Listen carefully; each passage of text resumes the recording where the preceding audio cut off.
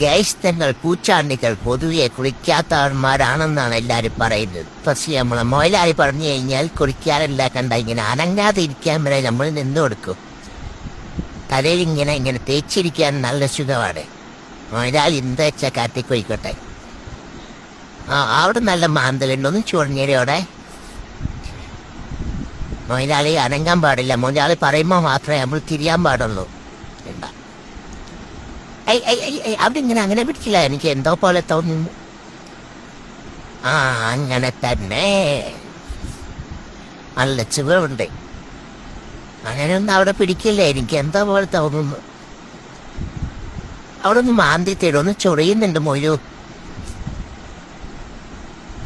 ഇപ്പോഴെങ്ങനെ കഴിയോ? എന്താണ് എന്നെ വയറ്റിയെടുക്കുകയാണോ മൊയ്ലാളി? കഴിയാറായെന്ന് തോന്നുന്നു.